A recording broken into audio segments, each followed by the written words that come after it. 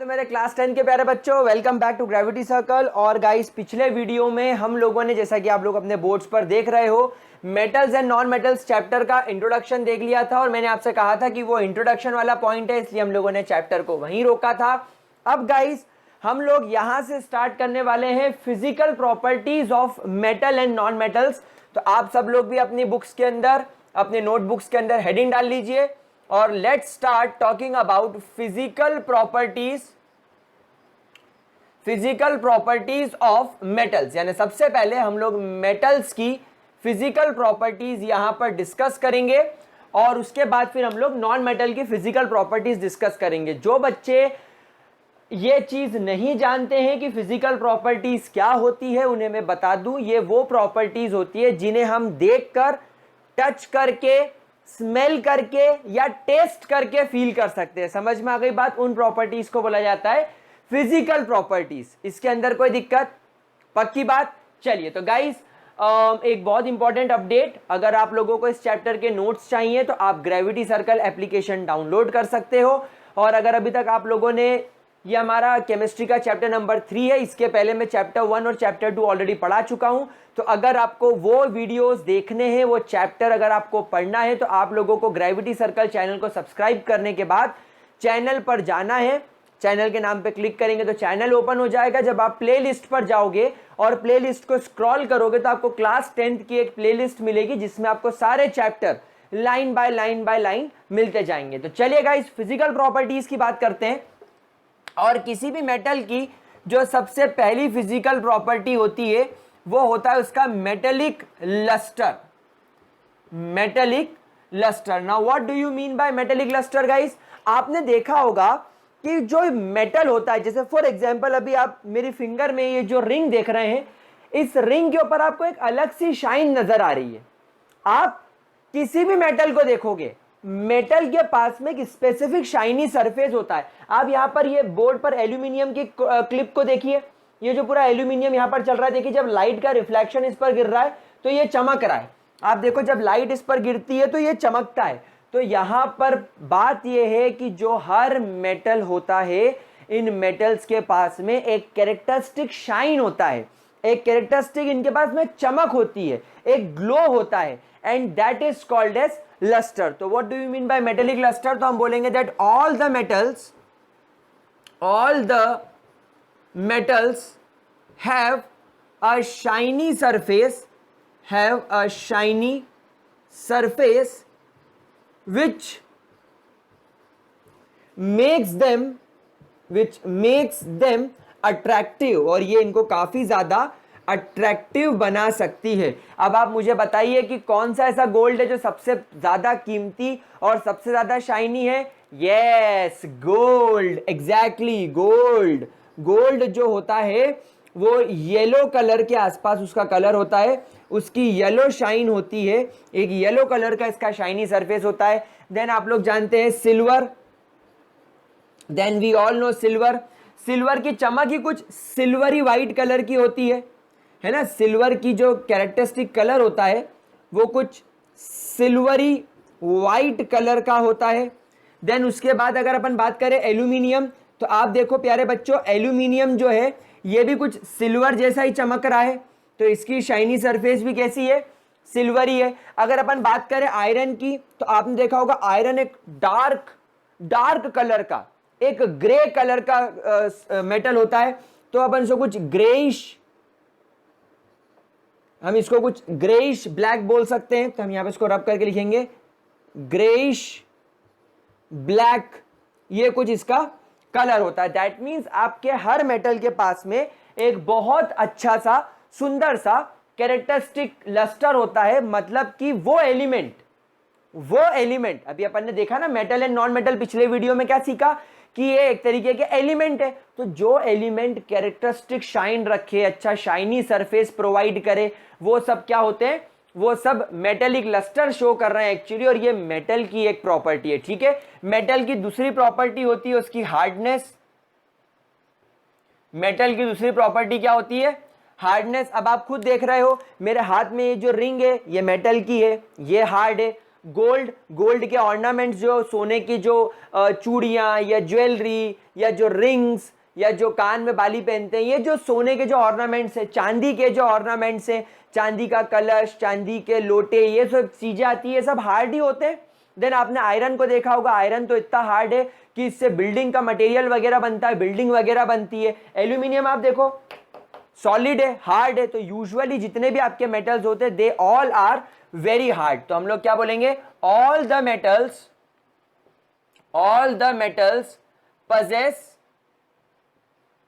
possess hardness, all the metal possess hardness and therefore are strong, hence used in construction, मतलब जो building वगैरह बनती है प्यारे बच्चों, कंस्ट्रक्शन में यूज किया जाता है। देन व्हीकल्स बनाने में, व्हीकल्स मतलब आपकी गाड़ी घोड़े, कार, साइकिल, बाइक, ट्रक, वो बनाने में काम में आता है। ऑर्नामेंट्स, ये ऑर्नामेंट्स बनाने के काम में आते हैं इनकी हार्डनेस की वजह से, एक्सेट्रा। क्या ये बात मेरे प्यारे बच्चों को समझ में आ गई? क्या इसके अंदर कोई दिक्कत? अब एक बात समझना, चलो अब हम थोड़ी सी इंपॉर्टेंट बात समझते हैं।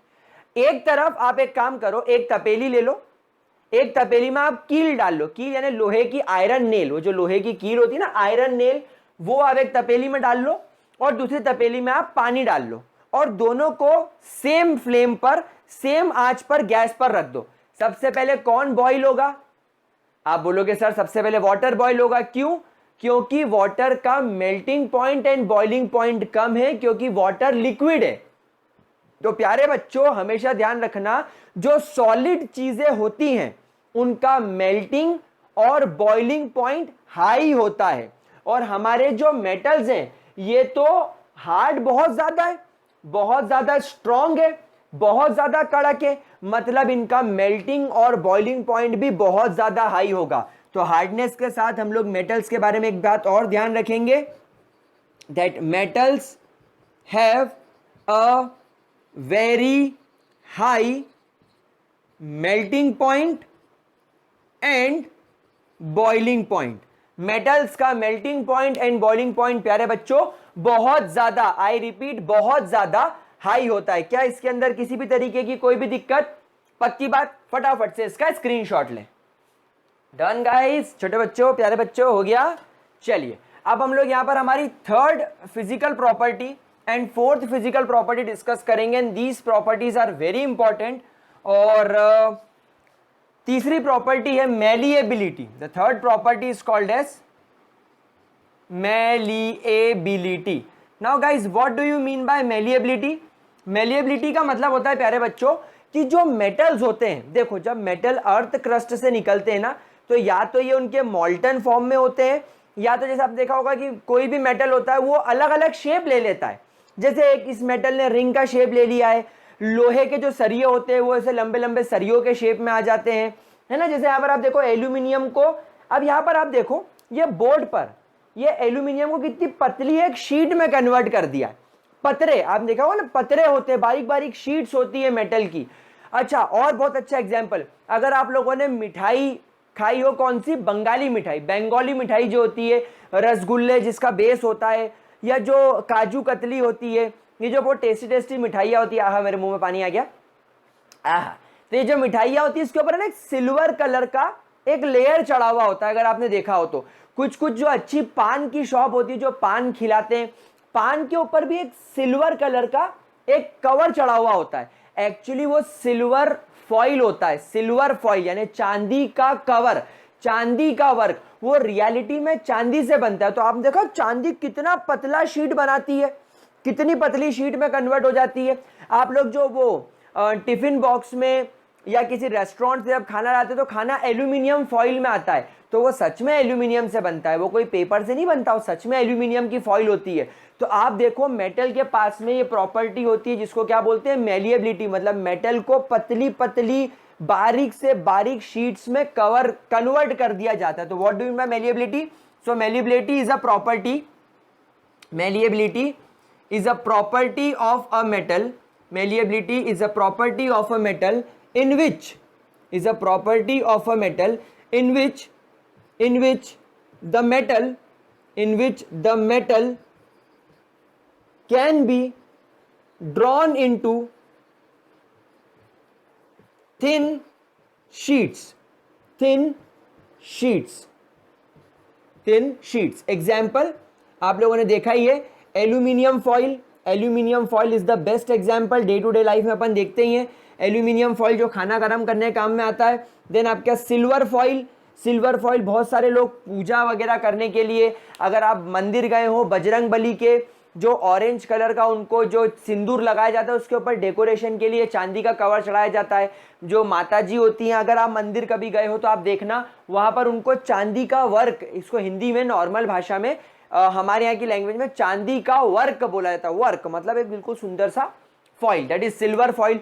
और सबसे पतला आता है गोल्ड फॉइल. ये सबसे पतला होता है. तो एल्यूमिनियम फॉइल से पतला सिल्वर फॉइल, सिल्वर फॉइल से पतला गोल्ड फॉइल. तो ये भी मेटल की खासियत होती है. फोर्थ प्रॉपर्टी मेटल की इनके पास में होती है ductility. Now what do you mean bye ductility प्यारे बच्चों? डक्टिलिटी का मतलब क्या होता है? आपने देखा होगा घर पे वायर्स, भाई जब इलेक्ट्रिसिटी का कनेक्शन होता है तो घर पे वायर्स डलते हैं, तार है ना. जैसे आपने स्विच दबाया, पंखा चालू, तो स्विच से पंखे तक, वो स्विच से आपके इलेक्ट्रिसिटी बोर्ड तक यानी कि मीटर तक. तो ये जो तार होते हैं, ये तार किसके बनते हैं? ये तार बनते हैं मेटल्स के. नाउ ये मेटल्स के तार क्यों बनते हैं? क्योंकि बेटा मेटल्स के पास ये प्रॉपर्टी होती है, ये मेटल्स की प्रॉपर्टी है कि वो पतले पतले और लंबे लंबे वायर्स में कन्वर्ट हो जाते हैं. क्या ये बात समझ में आ रही है? नॉन मेटल्स के पास में प्रॉपर्टी नहीं है. अगर आप ये सोचो कि ये प्लास्टिक का वायर बना लूं तो प्लास्टिक का वायर नहीं बन पाएगा, प्लास्टिक के लंबे लंबे वायर्स नहीं बन पाएंगे. इसीलिए हम लोग क्या करते हैं? मेटल्स को यूज करते हैं. तो अब कोई बच्चे से पूछ सकता है कि सर मेटल तार क्यों बनाता है? तो प्यारे बच्चों वो तार क्यों बनाता है? क्योंकि वो उसकी प्रॉपर्टी है. मेरी प्रॉपर्टी क्या है? केमिस्ट्री पढ़ाना. तो ये मेरी प्रॉपर्टी हो गई. अब आप बोलोगे मैं केमिस्ट्री क्यों पढ़ाता हूं? तो मुझे केमिस्ट्री पसंद है इसलिए वो मेरी प्रॉपर्टी है. वैसे ही मेटल के पास में ये प्रॉपर्टी है कि आप उसको वायर में ड्रॉन कर सकते हो. प्लास्टिक वायर नहीं बन सकता, कपड़ों के वायर नहीं बन सकते. समझ गए आप लोग बात को? तो डक्टिलिटी का मतलब क्या होता है? Ductility is a property. Ductility is a property of a metal, is the property of a metal in which it can be, ऐसा लिख सकते हैं हम, in which it can be drawn into thin and long wires. Example, आप लोगों के घर में जो तार डलते हैं वो कॉपर वायर्स होते हैं. कॉपर वायर के अलावा मार्केट में एक सस्ता वायर भी आता है जिसको लगता है एल्यूमिनियम वायर. कुछ इलेक्ट्रिशियन हमको बेवकूफ बनाकर एल्यूमिनियम वायर डाल जाते हैं, हमको पता भी नहीं चलता. क्यों? क्योंकि इन वायर्स के ऊपर एक रबर की कोटिंग डली हुई होती है. अब आप मुझे बता सकते हो कि रबर की कोटिंग क्यों डली हुई होती है? जरा सोचो सोचो सोचो सोचो सोचो सोचो कि जो वायर्स आप लोगों के घर में होते हैं उनके ऊपर वो रबर की कोटिंग क्यों होती है, वो आप सोचो. लेकिन उसके पहले मैं आपको एक बहुत इंटरेस्टिंग और एक इंपॉर्टेंट बात बताना चाहूंगा जिसे आप सब लोग स्टार बनाकर अपनी नोटबुक्स में नोट करेंगे या अपने दिमाग में नोट करेंगे. गोल्ड एक ऐसा मेटल है, gold is the most ductile, gold is the most ductile and malleable metal. Gold is the most ductile and malleable metal. मतलब अगर आपसे कोई बोले कि एक ऐसे मेटल का नाम बताओ प्यारे बच्चों जिसकी मैलिएबिलिटी यानी कि वो सबसे ज्यादा मैलिएबल हो, मतलब एक ऐसा मेटल जिसकी जो शीट है, जिसकी जो फॉइल है वो सबसे पतली हो, सबसे पतली, तो वो गोल्ड होगा. और एक ऐसा मेटल बताओ जिसका तार सबसे ज्यादा डक्टिलिटी शो करे, मतलब सबसे लंबे लंबे वायर्स अगर किसी के बन सके तो वो भी कौन है? गोल्ड. अब आपको एक एग्जांपल देना होगा मुझे. तो अगर आपके पास में 1 ग्राम गोल्ड है, कितना ग्राम? 1 ग्राम. अगर आपके पास में 1 ग्राम गोल्ड है, पहले तो आप खुद इमेजिन करो कि 1 ग्राम कितना होता है. 1 ग्राम कितना होता है? बहुत जरा सी क्वांटिटी, इतना सा होगा 1 ग्राम, ये इतना सा हो सकता है 1 ग्राम. उस 1 ग्राम गोल्ड से जो ज्वेलर्स होते हैं वो 2 किलोमीटर्स लॉन्ग वायर बना सकते हैं. तो 1 ग्राम गोल्ड से लगभग 2 किलोमीटर लंबा वायर बनाया जा सकता है। समझ रहे हैं हम लोग कितना इंपॉर्टेंट है, कितना ज्यादा डक्टाइल है। मतलब सोचो सिर्फ 1 ग्राम गोल्ड से 2 किलोमीटर लंबा वायर, तो इसीलिए इसकी मेलिएबिलिटी एंड डक्टिलिटी हाईएस्ट होती है। नाउ क्वेश्चन क्या था कि कोई भी मेटल, जैसे आपके घर में कॉपर का वायर डला है कि एल्यूमिनियम का वायर डला है, ये हमें क्यों नहीं दिखता? क्योंकि इन वायर्स के ऊपर एक रबर की, एक बिल्कुल कलरफुल रबर, कभी लाल, कभी पीला, कभी हरा, कभी नीला, कभी सफेद, इनकी कोटिंग चढ़ी हुई होती है। तो वो कोटिंग क्यों चढ़ी हुई होती, कोई सोच सकता है? कोई मुझे बता सकता है?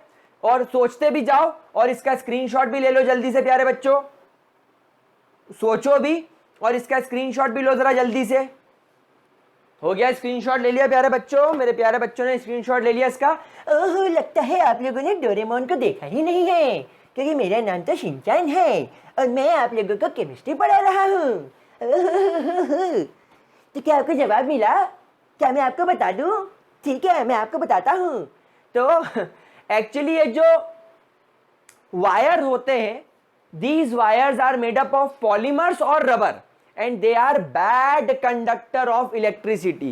This rubber covers are bad conductor of electricity, ताकि हमें करंट ना लगे। फॉर एग्जाम्पल, जैसे आपने यहां से बोर्ड से एक वायर पंखे तक दिया और आपने प्लग ऑन किया, पंखा घूम रहा है, अब आपका ध्यान नहीं रहा और आपने उस वायर को छू दिया, करंट लग जाएगा। क्यों? Because metals are good conductor of electricity. Metal की कंडक्टिविटी बहुत अच्छी होती है। मेटल की कंडक्टिविटी ज्यादा होने की वजह से ही उसको वायर में डालकर, वायर के शेप में डालकर उसे घरों में इलेक्ट्रिसिटी ट्रांसफर करने के लिए इस्तेमाल किया जाता है।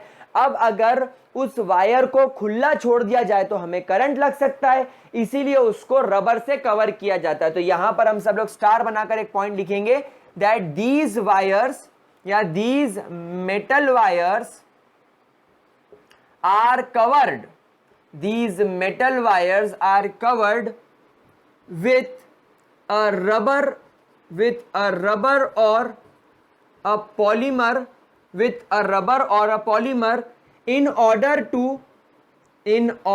to prevent shocks and accidents। Shock ना लग जाए या शॉक की वजह से कोई एक्सीडेंट, दुर्घटना ना हो जाए, उसको प्रिवेंट करने के लिए लगाया जाता है। Because metals when kept naked, यानी जब वायर को खुला छोड़ दिया जाए, उन्हें नेकेड छोड़ दिया जाए, when kept naked may cause accidents due to shocks. समझ में आ गई प्यारे बच्चों? इसलिए हमको इसको रबर एंड पॉलीमर्स, रबर या पॉलीमर से कन्वर्ट करना, कवर करना होता है। Because these are actually bad conductors. Rubber जो होता है वो क्या होता है? बैड कंडक्टर होता है, इसलिए हम लोग क्या करते हैं, उसको उससे कवर कर देते हैं मेटल को। समझ में आ गई प्यारे बच्चों बात? और इसी पॉइंट से हमारी फिफ्थ प्रॉपर्टी निकल कर आ रही है। डक्टिलिटी के बाद हमारी जो फिफ्थ प्रॉपर्टी निकल कर आ रही है, that metals are conductors, they are very good conductors. तो हमारी जो फिफ्थ प्रॉपर्टी निकल कर आ रही है, that is they are conductors. Metals are conductors. अब बेटा कंडक्टर्स का मतलब क्या होता है? किसी चीज को कंडक्ट करना। फॉर एग्जाम्पल, एक यहां पर कोई इंसान खड़ा है, उसे यहां से यहां जाना है। फॉर एग्जाम्पल, अगर आप लोगों ने बजरंगी भाईजान मूवी देखी हो तो उसको, वो मुन्नी को इंडिया से पाकिस्तान लेके जाना होता है। तो जब वो रेगिस्तान में जा रहा होता है तो उसको एक जीप वाला मिलता है जो उससे पैसे लेता है। वो बोल जाते को सुरंग से हम लोग पाकिस्तान भेज देंगे। तो सलमान खान और मुन्नी क्या हो गए? हीट हो गए या इलेक्ट्रिसिटी हो गए? ठीक है, इंडिया और पाकिस्तान क्या हो गए? आपका एक मेटल हो गया। क्या हो गया? एक मेटल हो गया, या दो जगह हो गई, यहां से यहां जाना है। फॉर एग्जाम्पल, अपन बात करते हैं इलेक्ट्रिसिटी की। तो इलेक्ट्रिसिटी अभी आपके स्विच बोर्ड में है और उस इलेक्ट्रिसिटी को स्विच बोर्ड से मुझे पंखे तक भेजना ताकि पंखा घूमे। तो स्विच बोर्ड हो गया इंडिया और वो पंखा हो गया पाकिस्तान। समझ में आ रही बात? और भेज किसको रहे? इलेक्ट्रिसिटी को, यानी सलमान खान और मुन्नी को। अब यहां से वहां भेजने के लिए हमको कुछ चाहिए, तो वो है हमारा मेटेलिक वायर। तो मेटेलिक वायर क्या काम कर रहा है, कंडक्टर का काम कर रहा है, हीट एंड इलेक्ट्रिसिटी को यहां से वहां पहुंचाने का काम कर रहा है। बात समझ में आ रही है? So that are called as conductor. क्या ये चीज अच्छी तरीके से क्लियर हो गई? तो मेटल्स क्या होते हैं, गुड कंडक्टर्स। ये बोलते हैं कि आइए हीट एंड इलेक्ट्रिसिटी, आइए आइए हम आपको इधर से उधर ले जाते हैं, चलिए चलिए। समझ में आ गई बात हमको?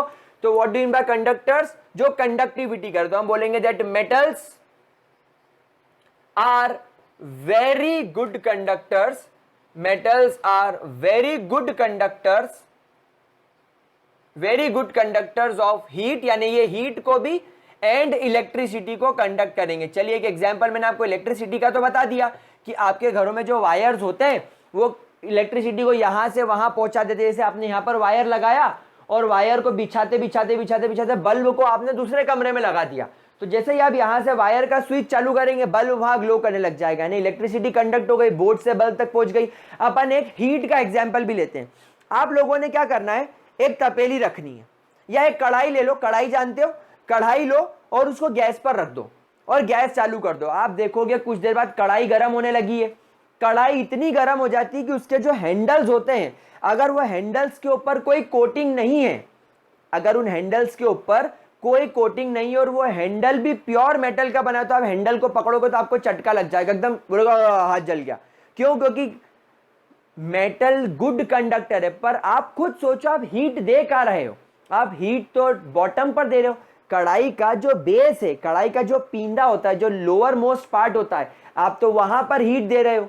आप कढ़ाई के बिल्कुल बेस पर हीट दे रहे हो, लेकिन हीट बेस से अब्सॉर्ब होते होते होते होते मेटल के टॉप मोस्ट हैंडल तक पहुंच जाती है। तो ये क्या है? ये कंडक्टिविटी ही तो है। तो therefore metals are very good conductors of heat and electricity. क्या ये बात समझ में आ गई? क्या इसके अंदर किसी भी तरीके का, आई रिपीट, किसी भी तरीके का कोई भी प्रॉब्लम? पक्की बात।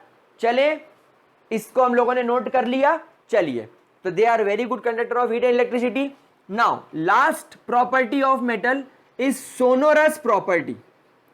इज सोनोरस प्रॉपर्टी, यानी metals are sonorous in nature. Now what are sonorous in nature? ये देखो,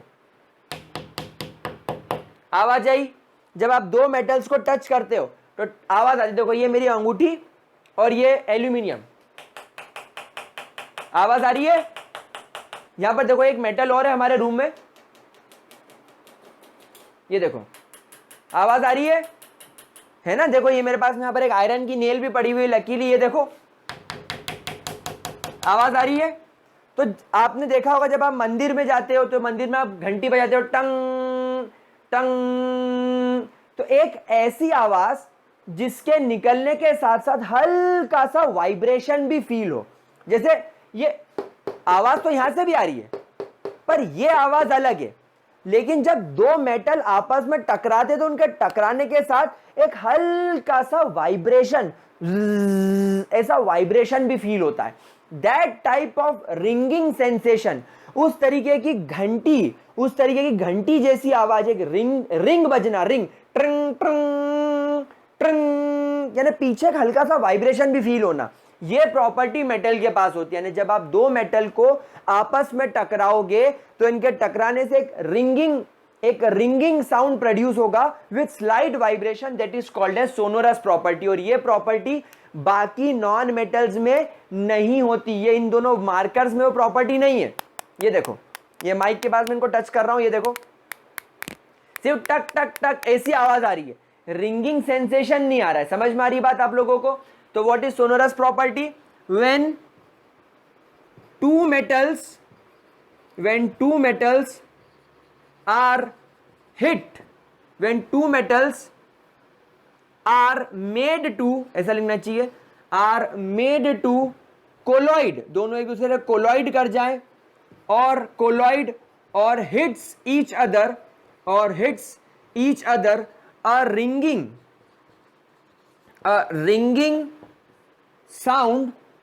ringing sound is created, a ringing sound is created with slight vibration, एक हल्के से वाइब्रेशन के साथ, with slight vibration, and this property is called as, and it is called as sonorous property. It is called as sonorous property. इस property को क्या बोलते हैं? सोनोरस प्रॉपर्टी बोलते हैं। और ये सारे मेटल्स शो करते हैं। क्या ये मेरे बच्चों को बात समझ में आ गई? क्या ये सारी की सारी प्रॉपर्टीज बहुत ज्यादा अच्छे तरीके से क्लियर हो गई? पक्की बात? फटाफट से इसका स्क्रीनशॉट ले लो मेरे प्यारे बच्चों। ओहो मेरे प्यारे बच्चे, क्या हो गया? क्या मैं इसे रब कर दूं? ठीक है, मैं इसे हटाने वाला हूं। चलिए, तो गाइस यहां पर मेरे प्यारे बच्चों आप लोगों ने फिजिकल प्रॉपर्टीज ऑफ मेटल्स देखी। नाउ अब हम लोग यहां पर स्टार्ट करने वाले हैं physical properties of non metals. तो सारे प्यारे बच्चे हेडिंग डाल लेंगे that what are the physical properties, that what are the physical properties, that what are the physical properties of non metals. आपके जो नॉन मेटल्स हैं उनकी क्या फिजिकल प्रॉपर्टी होती है। सबसे पहली और सबसे इंपॉर्टेंट बात आप लोग ध्यान रखिएगा that almost all non metals, जितने भी आपके नॉन मेटल्स होते हैं, are either, almost all non metals are either solid, यानी या तो ये आपको सॉलिड फॉर्म में दिखेंगे या ये आपको गैशियस फॉर्म में दिखेंगे। यानी दुनिया में जितने भी मेटल्स और दुनिया में जितने भी नॉन मेटल्स होते हैं वो या तो सॉलिड होंगे या तो गैस होंगे। बट यहां पर एक एक्सेप्शन है, यहां पर आप लोगों को एक एक्सेप्शनल केस याद रखना है। एक एक्सेप्शनल केस क्या है कि आपके पास में जो ब्रोमीन होता है, ब्रोमीन जिसका केमिकल फॉर्मूला Br2 होता है, इस लिक्विड, ये रूम टेम्परेचर पर लिक्विड होता है। रूम टेम्परेचर यानी हमारे जो कमरे का तापमान है, यानी अभी जो अपने रूम में टेम्परेचर है, अगर इस रूम के टेम्परेचर पर अगर आप ब्रोमीन को देखोगे तो ब्रोमीन आपको क्या दिखेगा? ब्रोमीन आप लोगों को अभी इस रूम टेम्परेचर पे क्या दिखेगा? लिक्विड दिखेगा। Is that clear to you guys? क्या इसके अंदर किसी भी तरीके की, आई रिपीट, किसी भी तरीके की कोई भी परेशानी? तो what are the physical properties of non metals? पहली प्रॉपर्टी या पहला पॉइंट तो हमें ये याद रखना है कि सॉलिड यूजुअली गैसेज या सॉलिड होते हैं। नॉन मेटल्स यूजुअली सॉलिड या गैसेज होते हैं, बट एक ही एक्सेप्शन है, ब्रोमीन, जो कि रूम टेम्परेचर पे लिक्विड होता है। नाउ जिस प्रकार हम लोगों ने देखा, जिस प्रकार हम लोगों ने मेटल्स में भी कुछ देर पहले ही देखा कि आपके जो मेटल होते हैं इनके पास में लस्टर होता है, एक बहुत प्यारी सी, एक बहुत अच्छी सी शाइन होती है, वो नॉन मेटल्स के पास नहीं होती। They do not have lustre, they do not have lustre, इनके पास में लस्टर नहीं होता, इनके पास में लस्टर नहीं होता। देन सेकेंड हम लोगों ने देखा कि ये मेटल हार्ड होते हैं, लेकिन वो प्रॉपर्टी मैं यहां पर सॉलिड के लिए नहीं लिखूंगा, नॉन मेटल्स के लिए नहीं लिखूंगा, क्योंकि कुछ नॉन मेटल सॉलिड होते हैं, मतलब ये भी हार्ड हो सकते हैं। तो वो पॉइंट अपन भूल के आगे बढ़ते हैं। मेलिएबिलिटी, मेटल्स के पास में मेलिएबिलिटी थी, नॉन मेटल्स के पास मेलिएबिलिटी नहीं होती थी। दे डू नॉट हैव मेलिएबिलिटी, इनके पास में मेलिएबिलिटी नहीं होती। तीसरा point, they do not have ductility, इनके पास में डक्टिलिटी भी नहीं होती, मतलब ना तो थिन शीट्स में ड्रॉ कर सकते हो, ना तो इनसे लंबे लंबे वायर बना सकते हो, ना इनके पास में लस्टर होता है। चौथा point, they do not have conductivity, they do not have conductivity को या तो आप ऐसा लिख सकते हो, they are actually bad conductors. क्या होते हैं? They are bad conductors of heat and electricity. ठीक है। पांचवा point, they do not have sonority, sonority यानी कि सोनोरस प्रॉपर्टी, सोनोरस प्रॉपर्टी भी इनके पास में नहीं होती, मतलब जब दो नॉन मेटल आपस में टकराते तो ringing sensation with a slight vibration create वहां पर नहीं होता। तो ये आपकी प्रॉपर्टीज हो गई कुछ नॉन मेटल्स की। क्या ये बात मेरे सारे प्यारे बच्चों को समझ में आ गई? क्या इसके अंदर किसी भी तरीके की कोई भी दिक्कत? ठीक है, बहुत इजी था। फटाफट से आप इसका स्क्रीनशॉट लीजिए और मैं आपको एक बहुत इंटरेस्टिंग फैक्ट की तरफ लेकर जाने वाला हूं। पहले जरा इसका स्क्रीनशॉट ले लीजिए। ठीक है, हो गया। चलिए अब इसको रब करके मैं आप लोगों से एक इंपॉर्टेंट बात कहने वाला हूं। अब आप लोगों के मन में एक सवाल आ गया होगा, और अगर नहीं आया तो वो सवाल मैं आपसे पूछता हूं कि क्या इन फिजिकल प्रॉपर्टीज को जानने के बाद आप एक मेटल और एक नॉन मेटल में कैरेक्टरिस्टिक फीचर्स देखकर फिजिकल प्रॉपर्टीज देखकर आप अंतर बता सकते हो? तो कुछ बच्चे बोलेंगे हाँ, हम देख लेंगे कि मेटल और नॉन मेटल में अगर किसी के पास में लस्टर है तो जिसके पास में लस्टर है वो मेटल, और जिसके पास में लस्टर नहीं है वो नॉन मेटल। लेकिन यहां पर एक गड़बड़ हो गई। आयोडीन नाम का यानी कि I2 नाम का एक नॉन मेटल, I2 एक क्या है, नॉन मेटल होता है, लेकिन इट पजेस मेटेलिक लस्टर। एक नॉन मेटल होने के बावजूद इसके पास में क्या होता है, एक मेटेलिक लस्टर होता है। इट समवॉट लुक्स ग्रेइश, आज मैं दिन भर से ग्रे की स्पेलिंग ही गलत लिख रहा हूं। It somewhat looks like greyish in texture. इसका टेक्सचर, इसका कलर हल्का सा ग्रे होता है, यानी कि लोहे जैसा। गड़बड़। अब आपको अगर मैंने आयोडीन दे दिया तो आयोडीन रूम टेम्परेचर पे सॉलिड होता है, आयोडीन रूम टेम्परेचर पे सॉलिड होता है, non metal and it is solid, और इसके पास में लस्टर भी है लोहे जैसा। तो अब आपको क्या लगेगा कि ये मेटल है, पर ये तो नॉन मेटल है। गड़बड़ हुई? प्रॉब्लम समझ में आई? चलिए दूसरी प्रॉपर्टी, चलो ठीक है। आप बोलोगे कि metals are usually hard and melting point और बॉइलिंग पॉइंट इज हाई। ये प्रॉपर्टी अपन ने डिस्कस करी थी। तो आप बोलोगे सर यूजुअली मेटल्स का बॉइलिंग पॉइंट और मेल्टिंग पॉइंट बहुत हाई होता है, बहुत हाई होता है। क्यों? क्योंकि अभी मैंने आपको सिखाया कि बहुत सारी नॉन मेटल्स तो रूम टेम्परेचर पे गैस होते हैं, और गैसेस का मेल्टिंग एंड बॉइलिंग पॉइंट बहुत कम होता है। प्यारे बच्चों, समझ में आ गई बात? लेकिन गड़बड़ यहां पर यह है कि मर्क्यूरी जो कि एक प्रकार का मेटल है, मर्क्यूरी जो एक प्रकार का मेटल है, इस लिक्विड एट रूम टेम्परेचर। ये लो, वाट लग गई हमारी, सॉलिड वाट लग गई।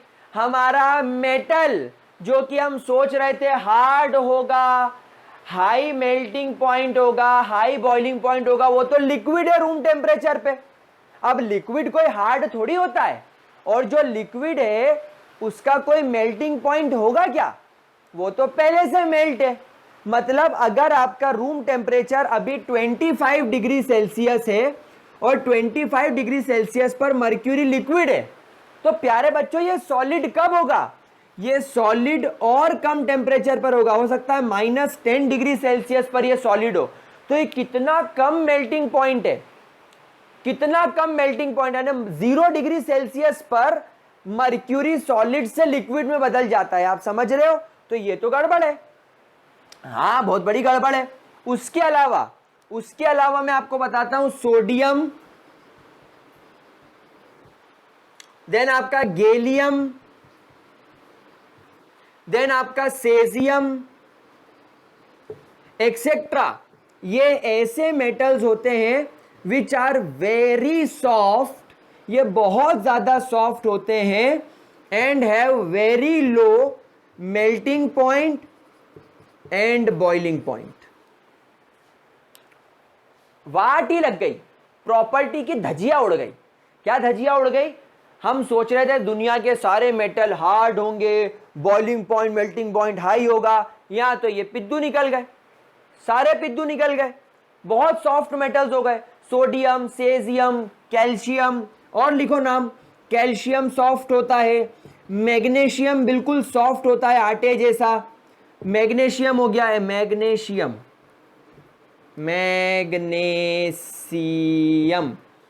तो ये तो गड़बड़ हो गई कि नहीं हो गई गड़बड़? तो ये सारे मेटल्स सॉफ्ट हो गए, प्रॉब्लम क्रिएट हो गई। समझ में आ गई आप लोगों को बात? तो अब रूम टेम्परेचर पे अभी थोड़ी देर पहले देखा कि ब्रोमीन भी लिक्विड है और मर्क्यूरी भी लिक्विड है। तो अब क्या करें? समझ गए बात को? कंसेप्ट समझ में आ रहा है मेरे प्यारे बच्चों को? कंसेप्ट क्लियर है? ठीक है। अच्छा, हमने अभी क्या पढ़ा कि जो मेटल्स होते हैं दे आर गुड कंडक्टर्स। जितने भी मेटल्स होते हैं दे आर गुड कंडक्टर्स, लेकिन problem mercury is not a good conductor, mercury, zinc, है ना, zinc, cadmium and mercury are not good conductors. They are not good conductors, but they are metal. They all are metal, but they are bad conductors. Problem क्या ये बात समझ में आ गई? अच्छा, उसके अलावा जो कार्बन होता है, कार्बन का एक फॉर्म होता है ग्रेफाइट, कार्बन का ही एक फॉर्म होता है ग्रेफाइट, और carbon is basically a non metal, लेकिन it is a good conductor. ये क्या हो गया? एक गुड कंडक्टर हो गया। प्रॉब्लम समझ में आ रही है आप लोगों को? कार्बन का ही एक फॉर्म ग्रेफाइट गुड कंडक्टर होता है। ये जो आपकी पेंसिल की निब होती है ना, पेंसिल जिससे अपन लिखते हैं, तो जो निब होती है वो ग्रेफाइट की बनी हुई होती है, तो वो तो गुड कंडक्टर हो गया, नॉन मेटल होके। अच्छा, अपन बोलते हैं मेटल हार्ड होते हैं, मेटल हार्ड होते हैं, लेकिन यहां पर एक एक्सेप्शन और देखिए, कार्बन से ही एक सब्सटेंस और बनता है जिसे बोला जाता है डायमंड। डायमंड और कुछ नहीं, कार्बन है। डायमंड और कुछ नहीं, प्योरली कार्बन से बना हुआ सब्सटेंस है। जो कोयला होता है ना, कोयला, कोल, जब उस पर हाई टेम्परेचर और हाई प्रेशर पड़ता है तो वो धीरे धीरे डायमंड में कन्वर्ट हो जाता है। और मैंने सुना था कि कोई ऐसा प्लैनेट है जहां पर डायमंड की बारिश होती है। आई थिंक, कौन सा प्लैनेट है देखो मैं आपको बताऊं, आई थिंक नेपट्यून या जुपिटर का कोई मून, आई थिंक टाइटन, वहां पर आपको पता है बारिश डायमंड्स की होती है। क्यों? क्योंकि वहां पर कार्बन ही कार्बन है और उस प्लैनेट पर टेम्परेचर और प्रेशर हाई है। तो जब कार्बन हाई टेम्परेचर और प्रेशर में फंसता है तो वो डायमंड बना लेता है। तो जब कार्बन कार्बन कार्बन कार्बन मिलेंगे तो डायमंड बन जाएगा। Diamond is the strongest, is the hardest, having highest melting point and boiling point. अब बताओ, ये एक बेसिकली नॉन मेटल है और नॉन मेटल होने के बावजूद ये स्ट्रॉन्गेस्ट है ना। दुनिया में कोई मेटल इसके जितना स्ट्रॉन्ग नहीं है। हार्डेस्ट है मतलब दुनिया में कोई मेटल इसके जितना हार्ड नहीं है। दुनिया में कोई ऐसा मेटल नहीं है जिसका इसके जितना मेल्टिंग और बॉइलिंग पॉइंट हो। लोहे को काटने के लिए डायमंड का इस्तेमाल किया जाता है। सोच रहे हो, लोहे को कट करने के लिए डायमंड का इस्तेमाल किया था। अब आप समझ जाओ डायमंड कितना स्ट्रांग होगा, और डायमंड तो नॉन मेटल है। तो यार मुझे तो ये ठीक ही नहीं लग रहा कंसेप्ट कि मैं मेटल और नॉन मेटल को इन प्रॉपर्टीज के बेसिस पर डिस्टिंग्विश करूं। इन दोनों को इन प्रॉपर्टीज के बेसिस पर मैं देखूं कि यार ये हार्ड है तो ये मेटल, ये सॉफ्ट है तो नॉन मेटल। पॉसिबल ही नहीं है, क्योंकि इतने सारे एक्सेप्शनल केसेस मेरे सामने मौजूद हैं। तो अभी की क्लास में हम लोगों ने फिजिकल प्रॉपर्टीज पढ़ी और ये फिजिकल प्रॉपर्टीज के कुछ एक्सेप्शंस पढ़े। इन द नेक्स्ट क्लास हम लोग स्टार्ट करेंगे केमिकल प्रॉपर्टी, यानी हम लोग देखेंगे कि क्या वो फिजिकल प्रॉपर्टीज थी जो मेटल और नॉन मेटल को अलग कर रही है। तो देखकर तो नहीं लग रहा है, क्योंकि कुछ नॉन मेटल और कुछ मेटल की फिजिकल प्रॉपर्टी एक जैसी है। कुछ नॉन मेटल मेटल की तरह बिहेव कर रहे हैं, कुछ मेटल नॉन मेटल की तरह बिहेव कर रहे हैं। किसके बेसिस पर? फिजिकल प्रॉपर्टी के बेसिस पर। तो अब हम लोग क्या करने वाले हैं, अगले वीडियो में केमिकल प्रॉपर्टीज की तरफ चलते हैं। इनके अंदर, इनके एटॉमिक लेवल पर जाकर देखते हैं कि इनके एटॉमिक लेवल पर ऐसा क्या है जो शायद हमें बता दे कि मेटल और नॉन मेटल अलग होते हैं। ठीक है, तो अगले वीडियो में हम लोग बात करेंगे केमिकल प्रॉपर्टीज की। आज की क्लास के लिए इतना ही। आई होप मजा आया होगा पढ़ने में। See you in the next video lecture. तब तक के लिए bye bye, have a great day प्यारे बच्चों, स्टडी वेल।